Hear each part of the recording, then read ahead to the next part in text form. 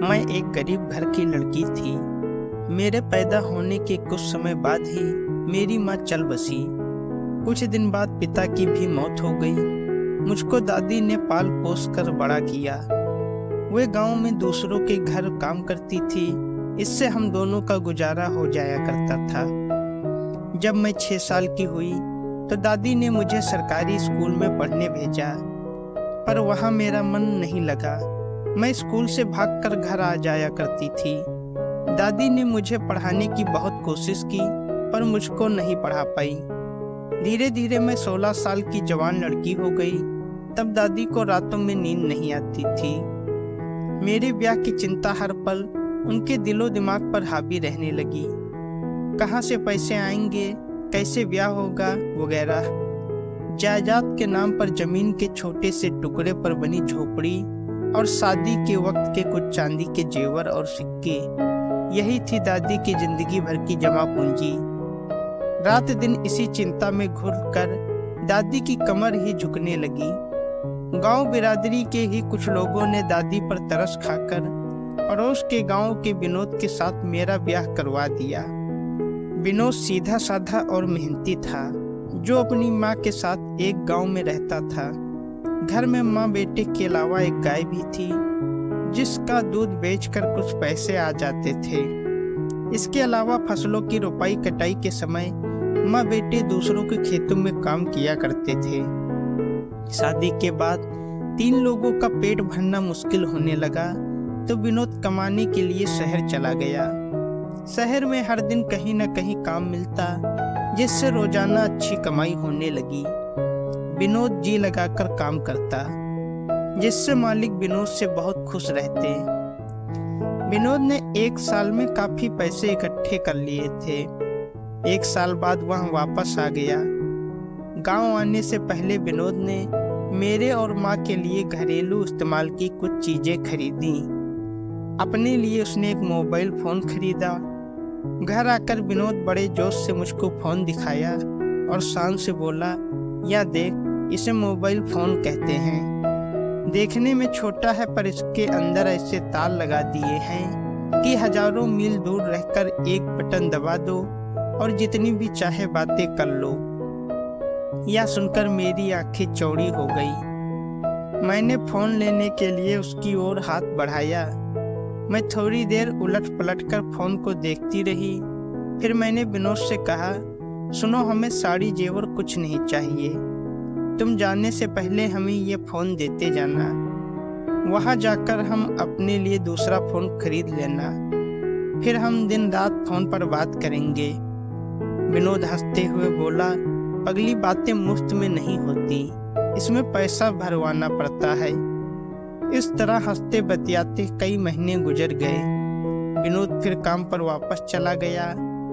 इस बार मैं ज्यादा दुखी नहीं थी। विनोद के जाने के बाद अफसास की डांट खाकर मैं रोती भी नहीं थी। मैं माँ बनने वाली थी और यह खबर मैं विनोद को सुनाने के लिए बेचैन थी। मैं मोबाइल फोन लेकर किसी कोने में पड़ी रहती और विनोद के फोन के आने का इंतजार करती रहती। 1 महीने बाद आखिरकार वह दिन भी आया जब मोबाइल फोन की घंटी गनगना कर बज उठी।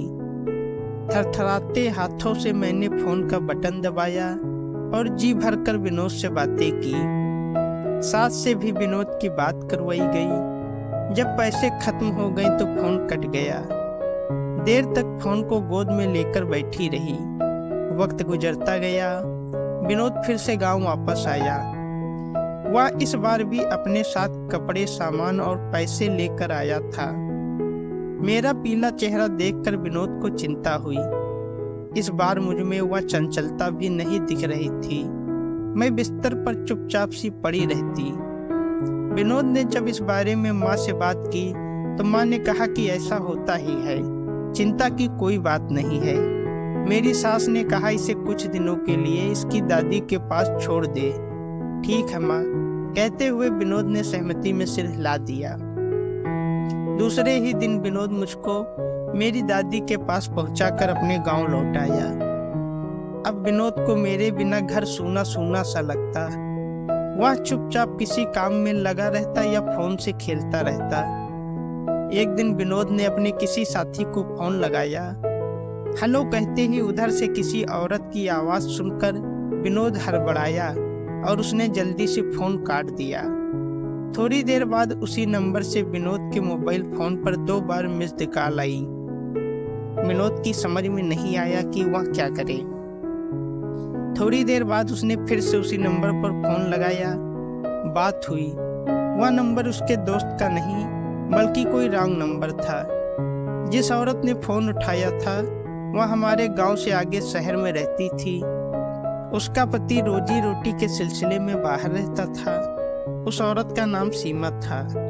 उसकी आवाज में मिठास थी और बात करने का तरीका दिलचस्प था। धीरे धीरे उन दोनों में बातें होने लगी। फिर एक दिन उस औरत ने विनोद को मिलने शहर बुलाया। विनोद जब उसके घर पहुंचा और सीमा को देखा तो देखता रह गया। गोरा रंग और छरेरे बदन की सीमा की अदाओं में गजब का खिंचाव था। वह बेहद खूबसूरत लग रही थी। दोनों बात करते करते एक दूसरे के पास आ गए। फिर दोनों एक दूसरे से लिपटकर जमकर अपनी प्यास बुझाई। फिर विनोद वापस घर आ गया।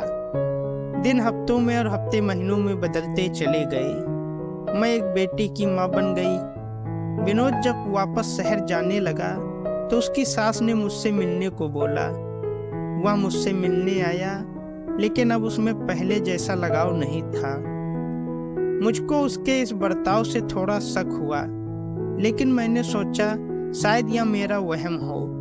विनोद वापस काम पर चला गया। जाने से पहले वह सीमा से भी मिला। धीरे धीरे 1 साल गुजर गया। विनोद वहीं रहकर दूसरा रोजगार भी करने लगा।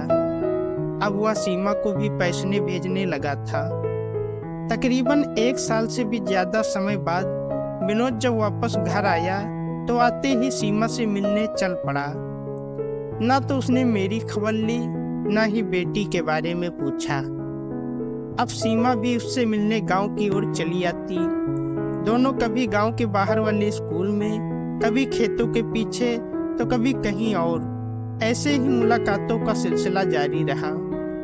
ससुराल आकर मैंने देखा कि विनोद या तो घर में नहीं रहता, और अगर रहता भी है तो हमेशा कहीं खोया खोया सा, या फिर अपने मोबाइल फोन के बटनों को दबाता रहता है।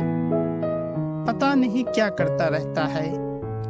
ऐसे में एक रात मेरी नींद खुली तो मुझे लगा कि विनोद किसी से बातें कर रहा है। आधी रात बीत चुकी थी। इस वक्त किससे बातें कर रहा है? बातों का सिलसिला लंबा चला।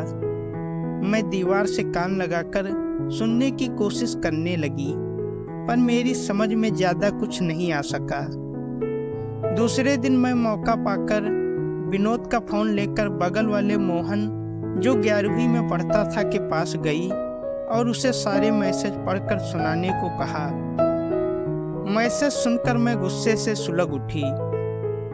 मैं विनोद के पास पहुंची और उस नंबर के बारे में जानना चाहा। एक पल के लिए विनोद सकपकाया, पर दूसरे ही पल संभल गया। वह बोला, अरे पगली, मुझ पर शक करती है? या तो मेरे साथ काम करने वाले की घरवाली का नंबर है।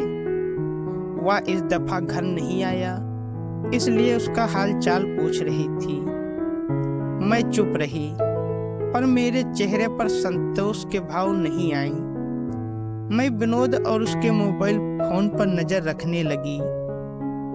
2 दिन बाद ही मैंने रात को विनोद को सीमा से फोन पर यह कहते हुए सुना कि कल रविवार है, स्कूल पर आ जाना।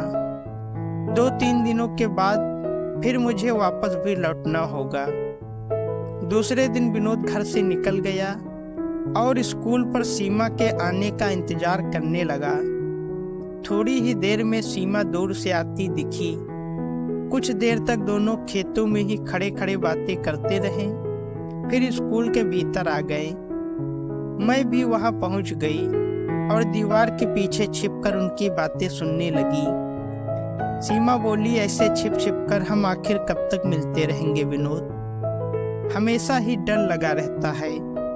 अब मैं तुम्हारे साथ ही रहना चाहती हूँ। विनोद प्यार से बोला, मैं भी तो यही चाहता हूँ, बस महीने भर रुक जाओ, दोस्तों के साथ तुम्हें नहीं रख सकता। इस बार जाते ही कोई अलग कमरा लूँगा, फिर आकर तुम्हें ले जाऊँगा।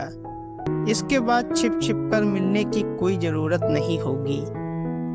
इतना सुनते ही मैं आग बबूला होकर अंदर पहुँच गई और सीमा पर टूट पड़ी।